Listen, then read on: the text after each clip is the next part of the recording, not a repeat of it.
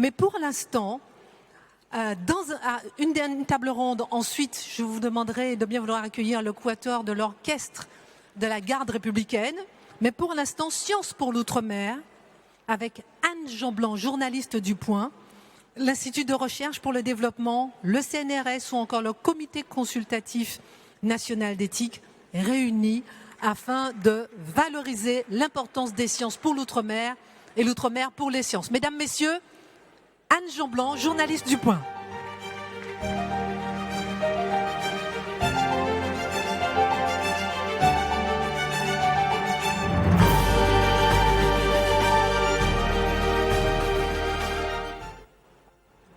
Bonsoir. Alors, les progrès de la science sont-ils également partagés par tous les habitants de la planète ?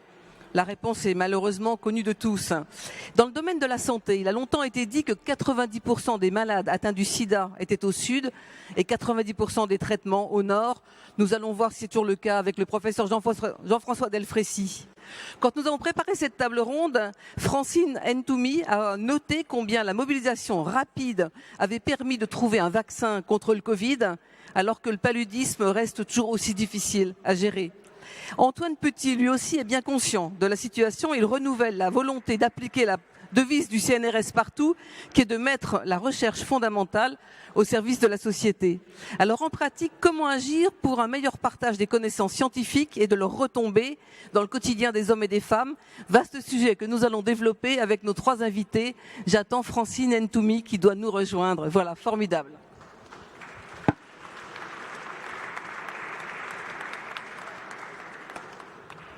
Alors, Francis Ntoumi, vous êtes présidente du conseil scientifique de l'Institut de recherche pour le développement, l'IRD. Après un doctorat S-Sciences obtenu à l'université Pierre et Marie Curie de Paris, vous avez commencé par la recherche sur le paludisme à l'Institut Pasteur de Paris, puis au Gabon, en Allemagne et au Congo. Vous avez aussi travaillé dans des organisations internationales aux Pays-Bas et en Tanzanie. Vous coordonnez aujourd'hui le projet Quantam, qui est axé sur la tuberculose, le sida et le paludisme, et vous dirigez le premier laboratoire de biologie moléculaire de l'université Marienne Ngouabi à Brazzaville, que vous avez fondé avec l'aide de la Fondation congolaise pour la recherche médicale. Jean-François Delfraissy, donc vous êtes le président du comité consultatif national d'éthique, ancien chef de service du pôle d'immunologie, inflammation, infectiologie et microbiologie au CHU Paris-Sud. Vous avez notamment présidé le conseil scientifique du SIDAction et la Fondation de la recherche médicale. Vous avez dirigé l'unité de recherche de la clinique Paris-Sud. Vous avez organisé des congrès internationaux consacrés à la recherche scientifique et publié de nombreux articles. Vous êtes très impliqué dans les questions de santé publique dans les pays du Sud en tant qu'expert au NUCIDA et aussi dans la lutte contre Ebola. Antoine Petit, vous êtes président directeur général du CNRS. Vous occupez ce poste depuis un peu plus de 5 ans. Agrégé de mathématiques et docteur en informatique de l'université Paris Diderot, vous avez été, entre autres, professeur, et vous êtes toujours d'ailleurs apparemment professeur à l'école normale supérieure de Cachan, puis directeur adjoint à la direction de la recherche du ministère en charge de la recherche, détaché au CNRS en 2004. En 2006, vous rejoignez l'INRIA, dont vous devenez président directeur général en 2014, avant votre retour au CNRS en 2018. Voilà, donc nous avons un panel de scientifiques de très haut niveau qui vont pouvoir répondre à nos questions. Et la première, Jean-François Delfraissy, professeur Delfraissy, est-ce qu'on peut commencer par les leçons du passé en matière de science et de partage de la science? Bonjour à tous. Je suis d'abord fondamentalement un médecin. Et j'ai été amené à collaborer dans des grandes pandémies avec beaucoup d'entre vous qui sont d'origine en particulier d'Afrique subsaharienne, mais pas que, et aussi beaucoup en Asie du Sud-Est. Ma vision du passé, c'est qu'elle va vous troubler dans un premier temps, mais ensuite on ira vers le présent et l'avenir. C'est que la France, en particulier dans le domaine des maladies infectieuses et de la santé en général, on a une période coloniale que certains d'entre vous qualifieraient de colonialiste, et ils n'auraient pas tout à fait tort. Et pourtant, durant cette période coloniale, des générations de jeunes médecins militaires français ont tissé des réseaux, mais ont tissé aussi des amitiés, ont tissé des formations pour des jeunes médecins africains, et ont conduit à des découvertes majeures dans le domaine des maladies infectieuses, et des grands noms comme Guérin, comme Calmette, enfin une série de très grands noms sont sortis finalement de cette collaboration. Ce sont des grands noms français. Et votre réaction sera de dire, et pourquoi il n'y avait pas de grands noms africains ou de grands noms du sud-est asiatique? Et vous aurez raison. Et vous aurez raison de poser cette question. Et pourtant, il ne faut pas jeter l'eau du bain avec la baignoire ou la baignoire avec l'eau du bain. Et le bébé. Hein? Et le bébé dedans. Il y a eu durant cette période quelque chose de complexe dans la relation, mais quelque chose qui a été assez fort avec la constitution en particulier des réseaux des instituts Pasteur, qu'ils soient nationaux ou non nationaux, et avec la construction de ce qui est évidemment derrière nous, qu'on doit oublier, mais qui est un socle qu'on ne doit pas totalement oublier quand même. Est-ce que je peux avoir une réaction de vous deux sur cette partie du passé, et puis après on va s'intéresser au présent et à l'avenir qui vous concerne peut-être plus. Antoine Petit, ou alors allez-y, qui prend la parole? Écoutez, la mission du CNRS, c'est de faire, je le dis souvent, c'est de faire de la recherche fondamentale et de la mettre au service de la société. Je crois que c'est important de rappeler à quel point on a besoin de recherche fondamentale. Toutes les crises que nous traversons le démontrent plus encore. Et la mettre au service de la société, c'est d'une certaine façon l'essence même de la science. Et je crois qu'il est vrai, pour revenir à votre question, qu'on n'a pas toujours fait très attention aux sociétés ultramarines et que nous avons développé des infrastructures de recherche de très grande qualité, j'y reviendrai, mais probablement sans avoir à cœur de les faire bénéficier à l'ensemble. Je crois que c'est en train de changer, on va venir au présent et au futur, mais c'est vrai que je crois qu'on peut faire notre autocritique. On a par exemple une station en Guyane française, la station des Nouragues, qui nous permet depuis 30 ans de faire des études qui servent à l'ensemble de la société sur la biodiversité. On a un laboratoire en Polynésie française qui étudie les coraux, et donc ça sert aussi bien sûr à la population guyanaise, mais de façon générale, je vois trop souvent, on a regardé des problèmes globaux sans nécessairement faire attention. C'est en train de changer et il faut évidemment aller dans cette direction. Oui. Francine Ntoumi, votre regard sur le passé avant qu'on passe évidemment à vos activités actuelles. Quand on parle du passé et de la France et des colonies, je pense à une chose, l'ORSTOM, l'Office de recherche scientifique et technologique d'outre-mer. Et l'ORSTOM, 1943 jusqu'à 1953, puis au fur et à mesure jusqu'en 1998, s'est transformé, s'est rénové, s'est posé des questions pour devenir l'IRD. Aujourd'hui, je suis présidente du conseil scientifique de l'IRD. Mais c'est vrai que l'ORSTOM, c'était le porte-étendard de la recherche en France, dans les pays d'outre-mer, en Afrique, en tous les cas. Quel est le chercheur qui n'a pas travaillé dans un laboratoire de l'ORSTOM? Mais comme l'a dit Jean-François Delfraissy, malheureusement, il n'y a pas très peu de grands noms africains qui sont apparus. Mais dans le paludisme, il y a eu des travaux extraordinaires. Jean-François Trappe, Carneval. Mais où sont les Africains? Donc, c'était, pour moi, cette période, c'est une recherche de qualité, mais c'est une recherche apportée. C'est pas une recherche partagée. On nous a porté la connaissance. Mais évidemment, maintenant, les choses ont probablement changé. Alors justement, parlez-nous de vos activités actuelles et présentez-nous l'IRD et ce que vous faites. Alors à l'IRD, comme je disais, je suis présidente du conseil scientifique, donc je regarde, on est un organe de réflexion sur la politique scientifique de l'IRD, mais je suis surtout scientifique congolaise, mon Premier ministre est là, donc travaillant au Congo. Donc j'ai ces doubles casquettes. Et ce que j'observe à l'IRD actuellement, c'est le mot partenariat. C'est vrai que l'IRD, c'est la recherche française à l'extérieur, mais le mot partenariat est devenu important, à savoir comment on travaille avec les Suds, pas le Sud, avec les Suds. Comment on évalue ces partenariats? Alors l'IRD a mis en place des outils comme les laboratoires mixtes internationaux, les jeunes équipes associées pour permettre à la fois aux équipes du Sud et aux équipes du Nord de travailler ensemble. C'est très bien. Ensuite, l'IRD maintenant est rentré aussi dans une démarche de RFI, Research Fairness Initiative, où elle s'interroge sur son partenariat pour avoir des indicateurs de succès et l'impact. Je crois que c'est l'un des seuls organismes français qui est en train de s'interroger sur son partenariat. C'est très bien, mais il y a encore, évidemment, maintenant avec ma casquette du Sud, il y a encore beaucoup à faire parce que les scientifiques africains ne sont pas encore assez leaders de projets ambitieux. Quand la France soutient des projets ambitieux, généralement, c'est un partenaire français qui doit piloter. Il faut que les choses changent, mais les choses sont en train d'avancer.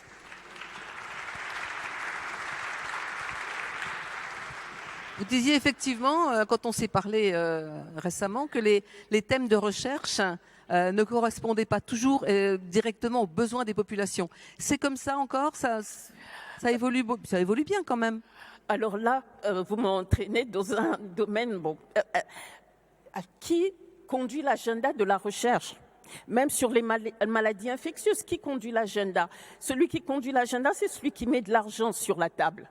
Donc, tant que nos pays ne mettront pas suffisamment de fonds sur la table, malheureusement, nous ne serons pas, nous les scientifiques d'outre-mer, les scientifiques africains, les scientifiques du Sud, ne seront pas capables de répondre complètement à nos besoins de science. Parce que si, évidemment, généreusement, certains pays allouent des subventions pour que l'on conduise des activités, mais évidemment que ce n'est pas à la hauteur de nos besoins. Donc, je ne peux pas tirer sur ceux qui mettent de l'argent sur la table. Je dirais juste, encore une fois, on a notre Premier ministre et il y a d'autres décideurs qui sont là.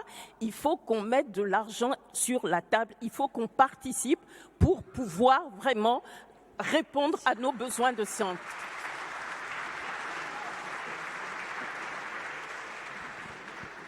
Antoine Petit, le CNRS, que fait-il?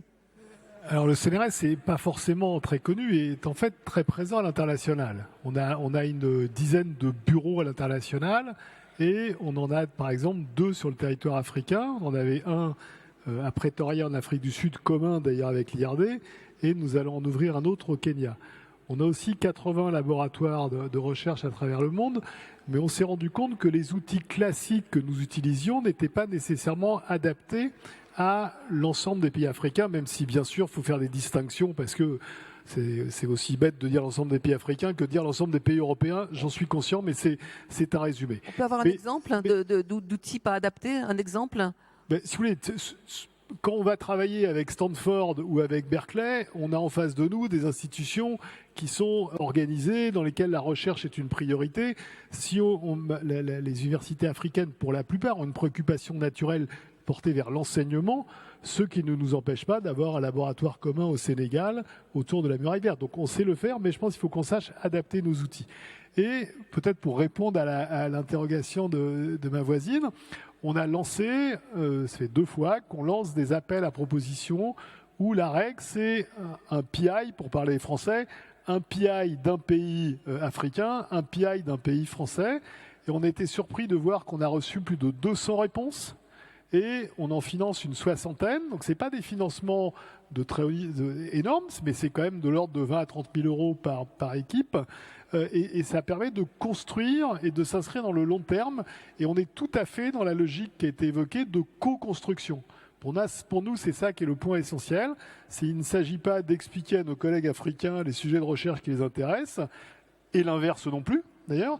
Mais je crois qu'il faut vraiment qu'on co-construise, et c'est ce que nous avons fait 2 années de suite, avec cette idée, encore une fois, qu'un consortium constitué essentiellement d'une équipe africaine, une équipe française, nous fait une proposition et que nous les évaluons sur la base de projets scientifiques. Et ce qui est intéressant, c'est de voir que les 10 instituts du CNRS, donc le CNRS couvre l'ensemble des champs disciplinaires, ont répondu et ont eu des projets sélectionnés. Bien sûr, il y en a plus dans le domaine de la santé et des sciences humaines et sociales qu'en physique des particules, mais il y en a quand même en physique des particules. Et je crois que c'est vraiment intéressant de voir qu'il y a un potentiel extraordinaire que nous connaissons tous et qu'il faut aider à construire ces coopérations avec, bien sûr, comme objectif, non pas de récupérer des cerveaux africains, ça on l'a fait pendant très longtemps et c'est pas l'objectif. L'objectif, c'est vraiment de construire des coopérations qui vont s'inscrire dans la durée sur la base, encore une fois, de co-construction.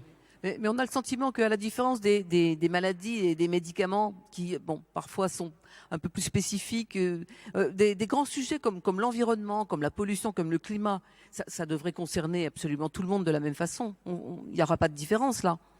Non, il n'y a pas. Alors, s'il y a des différences, parce que la biodiversité, elle n'est pas la même à Tourcoing ou à Dakar, par exemple. Donc il y a quand même des différences dont il faut tenir compte. Il y a la question des océans qui a été évoquée par Françoise tout à l'heure. Moi, ce que je crois important aussi, c'est on parle souvent, quand on parle d'Afrique, on parle santé-environnement. Je n'ai aucun doute sur le fait que ce soit des sujets majeurs, mais ce ne sont pas les mêmes sujets. La recherche, elle sert aussi à créer des emplois et de la valeur. Le CNRS, je l'ai dit, on fait de la recherche fondamentale. Il n'empêche que chaque année, on crée entre 80 et 100 startups et qu'il n'y a pas de raison qu'on ne le fasse pas non plus dans le cadre de nos partenariats africains. Et ça veut dire que des sujets comme le numérique, comme les données, comme les capteurs, sont des sujets sur lesquels il n'y a aucune raison de ne pas développer des coopérations. Donc, il ne s'agit pas de négliger ce que nous faisons dans le domaine de la santé et de l'environnement parce que c'est utile à tout le monde, mais je crois qu'il faut justement, et c'est ça notre objectif, c'est d'élargir les coopérations à l'ensemble des champs disciplinaires et encore une fois, avoir comme objectif la création de connaissances, bien sûr, c'est notre métier, mais aussi la création de valeur et d'emplois, parce que je crois que tout le monde en a besoin. Jean-François Delfrécy. Moi, j'ai vécu ce phénomène de construction là, depuis une vingtaine d'années dans le domaine du VIH. Avec mes cheveux blancs, je suis un bébé sida. Quand j'étais jeune prof de médecine, c'est là où est arrivée la pandémie sida. Et donc, nous avons très rapidement construit, j'ai dirigé l'Agence nationale de recherche sur le sida et les hépatites virales en France, et on a très rapidement construit un réseau de construction avec une série de partenaires africains, mais aussi, comme je l'évoquais, d'Asie du Sud-Est. Et ce que tu disais, Antoine, c'est-à-dire que je veillais à ce que tous les projets, il y a en effet un PI africain et un PI français, et j'allais plus loin, c'est-à-dire que mais avec difficulté, y compris vis-à-vis de la communauté scientifique française, je souhaitais que dans les grands papiers, le premier signataire soit éventuellement un Français, mais que le deuxième signataire soit un Africain.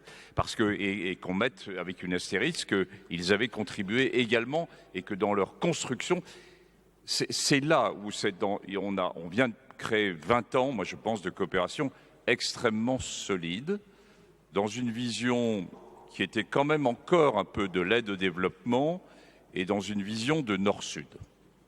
Et autant que faire se peut, un peu de Sud-Nord. Mais on a appris beaucoup de choses de la recherche sur la transmission vers enfants du VIH. La plupart des résultats sont sortis d'études que nous avons menées en Afrique, avec une série de grands pays. On a formé toute une série de jeunes chercheurs dont certains d'entre eux, d'ailleurs, sont devenus hommes ou femmes, des ministres de la Santé, que ce soit en Afrique subsaharienne ou en Asie du Sud-Est. Je pense que cette période est terminée. Pourquoi ?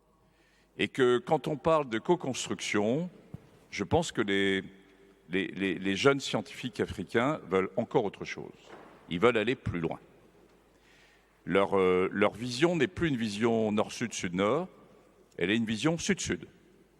Et elle est une vision de collaboration entre eux, avec d'autres grands pays du Sud, d'autres grands pays qui ne sont pas de nature européenne forcément, et où la France, le concept même de relations scientifiques d'un pays comme la France, doit maintenant changer. Et je ne suis pas sûr qu'après cette période, cette très belle période, même si on a eu des difficultés à certains moments, mais de très belles périodes qui viennent de passer, si on ne se réveille pas en France, les jeunes collègues africains vont trouver d'autres partenaires.